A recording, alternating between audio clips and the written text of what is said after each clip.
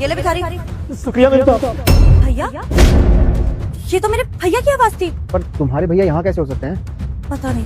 अब तुम्हारे पास मास्क है? हाँ है, पर उसका क्या करोगी? डायरेक्ट जाके बात कर लो ना। अरे तुम वो सब छोड़ो, तुम मास्क दो मुझे जल्दी। ये लो। सुनिए भैया, आप इतनी ठंड में यहाँ क्यों बैठे हैं? अपने घर क्यों नहीं है और यहाँ ऐसे रोड पर क्यों बैठे हुए हैं? नहीं मैम साहब, हमारा कोई घर नहीं है। मतलब मैं कुछ समझी नहीं। आप दरअसल मैं एक लड़की से प्यार करता था, उससे शादी भी करना चाहता था, लेकिन मेरे घर वाले नहीं चाहते थे कि मैं उससे शादी करूं। फिर मैं अपने घर वालों के खिलाफ जा करके उससे भाग करके शादी कर ली। लेकिन कहते हैं ना, जो किस्मत में होना रहता है वो होके ही रहता है। उस लड़की को मुझसे कोई प्यार व्यार नहीं था, वो बस मेरे पैसे से प्यार करती थी, इसलिए उसने मुझसे शादी की थी। शादी करने के 2 महीने बाद ही वो मुझे मारने पीटने लगी, मुझे बहुत टॉर्चर करती थी और एक दिन मेरी सारी प्रॉपर्टी, सारे पैसे अपने नाम करके मुझे अपने घर से निकाल दिया। चल भाग यहाँ से।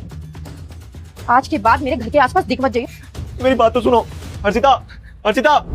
और तब से अपनी जिंदगी यहीं गुजार रहा हूँ, रोडों पे। कोई कुछ खाने को दे देता है तो खा लेता हूँ, वरना 2-3 दिन तक ऐसे भूखे यहाँ पे गुजारता हूँ। क्या लिखा, बस यहाँ भुगत रहे हैं हम। भैया, मैंने माना कि आपसे गलती हुई, लेकिन आपका लाइफ पार्टनर आपको बुरा मिला है, इसका मतलब ये तो नहीं ना कि आपके घर वाले भी आपको अपनाने से मना कर देंगे। कौन सा मुंह लेके जाऊँ उनके पास?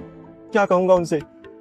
शादी करने से पहले उन्होंने बोला था मुझसे कि तू अगर इससे शादी करेगा ना तो हम तुझसे रिश्ता तोड़ देंगे, और ये समझ लेना कि तेरे माँ बाप जिंदा नहीं है।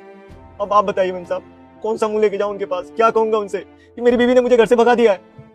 ठीक है, मैं समझ गई। माँ बाप का डर हर बच्चे में होता है। आपने इतनी बड़ी गलती करी है, पर आपका कोई भाई बहन कोई तो होगा ना जो आपके सुख दुख में आपका साथ दे, आपको सपोर्ट करे। भाई तो नहीं है, एक छोटी सी बहन है। मैं बहुत प्यार करता हूँ उससे, और वो भी मुझे बहुत प्यार करती है, बहुत मानती है। लेकिन क्या करूँ? कैसे जाऊँ उसके पास? उसकी शादी हो गई है। मैं नहीं चाहता कि उसकी शादीशुदा जिंदगी में एक खलल बनूं। उसके ऊपर बोझ नहीं बनना चाहता। भैया, आप मुझ में कभी बोझ नहीं बन सकते। तुम यहाँ पे?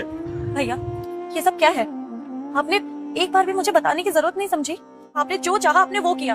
आपको भाग के शादी करनी थी, जिस लड़की के साथ रहना था। हमने आपको कभी किसी चीज के लिए मना नहीं किया, लेकिन आपने इतना पराया कर दिया कि ऐसी हालात में भी एक बार भी याद नहीं किया हमें। मुझे माफ कर दे, मुझसे गलती हुई है, और ऐसी गलती हुई है जिसकी कोई माफी भी नहीं है। बेटा, तू इस जिंदगी में कभी भी सक्सेसफुल नहीं हो पाएगा अगर तूने इस वीडियो को लाइक और सब्सक्राइब तक नहीं किया तो। मैं नहीं चाहता था कि तुझे परेशान करूं। भैया, आपने जो किया और आपकी गलती की सजा आपको मिल चुकी है। अब मुझे और कुछ नहीं सुनना। आप मम्मी पापा के पास जाएंगे, उन्होंने माफ किया तो ठीक, और अगर नहीं माफ किया ना तो आप हमारे साथ हमारे घर पे रहेंगे, समझे? हाँ भैया, ये सही कह रही, वो भी तो आप ही का घर है ना। चलिए हमारे साथ। चलो भैया।